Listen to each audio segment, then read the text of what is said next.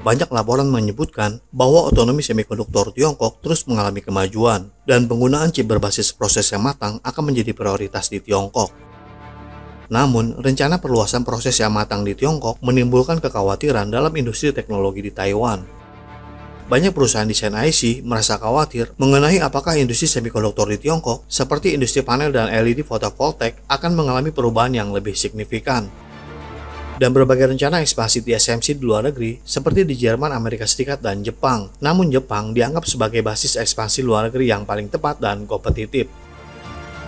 Melihat pada tahun 2023, permintaan pasar semikonduktor global memang tidak terlalu optimis, dan sebagian besar pabrik pengecoran telah merevisi anggaran mereka atau menunda rencana perluasan produksi mereka.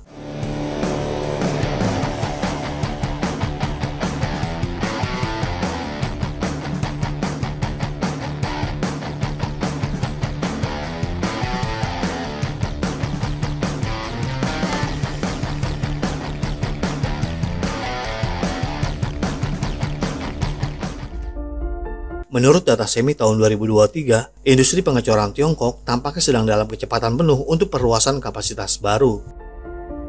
Sebelumnya, kita juga telah melihat peningkatan jumlah pengiriman peralatan semikonduktor dari ASML ke Tiongkok dan mencapai tingkat tertinggi pada bulan November tahun 2023. Tiongkok bahkan mengumumkan rencana investasi pengecoran logam secara publik berjumlah 32 pabrik pengecoran baru pada tahun 2024 ini. Pabrik-pabrik lokal di Tiongkok belakangan ini terus membuka kapasitas baru, dan mereka juga menurunkan harga sehingga menimbulkan banyak tekanan pada pabrik-pabrik di Taiwan. Di satu sisi, jika biaya pengecoran wafer turun, pada kenyataannya adalah berita positif bagi perusahaan desain IC. Namun di sisi lain, jika dalam jangka panjang, dengan semakin agresifnya investasi Tiongkok dalam rencana proses yang matang, hal ini dapat membuat pembuat chip dalam negeri Tiongkok memiliki keunggulan harga yang kompetitif. Namun juga akan kembali menyebabkan industri desain IC di Taiwan mendapat tekanan operasi dan terpuruk. Jadi industri di Taiwan saat ini lebih memilih untuk hanya mengamati dan mengambil sikap hati-hati. Dan hal ini juga membuat banyak perusahaan perancang IC yang berbasis di Taiwan harus mempertimbangkan kembali daya saing harga mereka, dan mereka terpaksa juga harus meningkatkan proporsi investasi di pabrik wafer Tiongkok demi untuk bersaing dalam proses matang yang berbiaya lebih rendah. Dan lebih jauh lagi, beberapa vendor sistem di Tiongkok lebih memilih menggunakan chip lokal Tiongkok, mengoptimalkan produksi rantai pasokan lokal, dan tren seperti itu sedang muncul saat ini. Namun bagi industri di Taiwan, terdapat beberapa kekhawatiran seperti arus keluar teknologi dan lain-lain. Secara umum, sebagian besar industri desain IC di Taiwan masih ingin menggunakan pabrik pengecoran Taiwan untuk memproduksi sebanyak mungkin. Akan tetapi di masa lalu, telah terjadi ekspansi produksi yang substansial di berbagai bidang industri elektronik di Tiongkok, yang mengakibatkan persaingan harga yang ketat sehingga pasar menjadi lautan merah.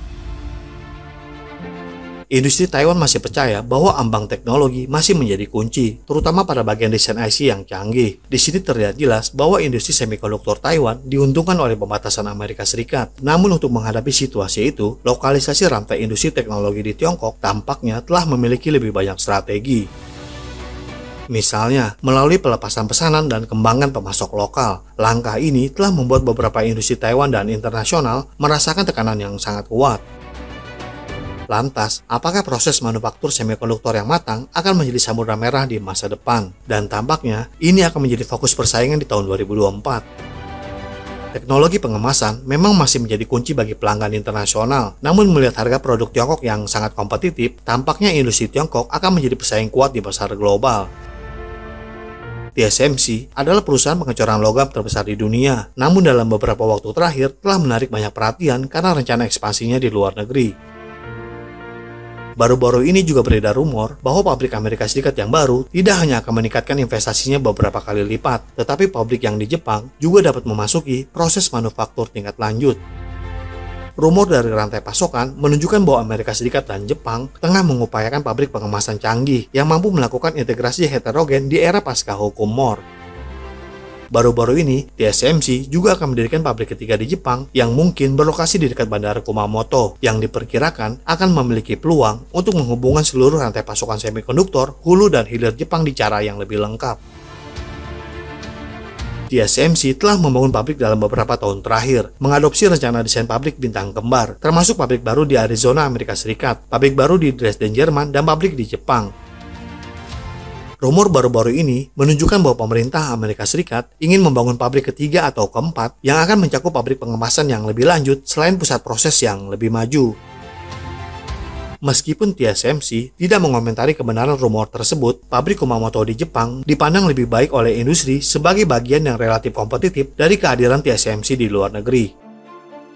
Baru-baru ini juga beredar ada rumor dari rantai pasokan bahwa TSMC mungkin setuju untuk membangun pabrik kedua, dan saat ini dikabarkan bahwa mereka sedang mendiskusikan jumlah subsidi akhir yang bisa mencapai 700 hingga 900 miliar yen, dan teknologi prosesnya akan ditingkatkan dari keluarga 12 atau 16 nanometer menjadi 7 nanometer. Beberapa pengamat mulai berspekulasi bahwa Jepang mungkin juga mulai mendiskusikan apakah pabrik ketiga dan pabrik pengemasan lanjutan harus dimasukkan dalam pertimbangan evaluasi lahan di sekitar bandara. Alasan mengapa sikap TSMC terhadap perluasan pabrik di Jepang lebih positif, yang pertama adalah karena persyaratan pelanggan besar seperti Apple, Sony, dan sebagainya.